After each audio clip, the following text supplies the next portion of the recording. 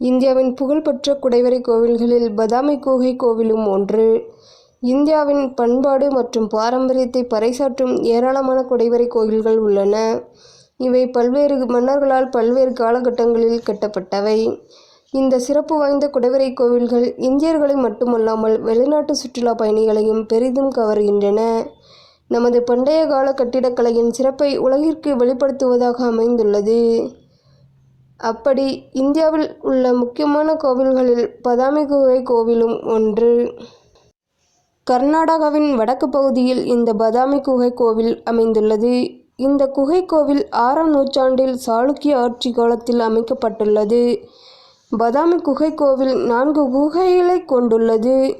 அவை இந்து மற்றும் சமண கடவுள்களுக்கு அர்ப்பணிக்கப்பட்டுள்ளது.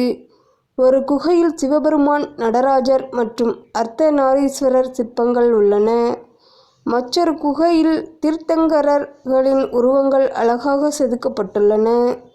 இந்த பாதாமி குகை கோவில்கள் அகத்தியர் ஏரி எனப்படும் செயற்கை ஏரியின் மேற்கு கரையில் அமைந்துள்ளது.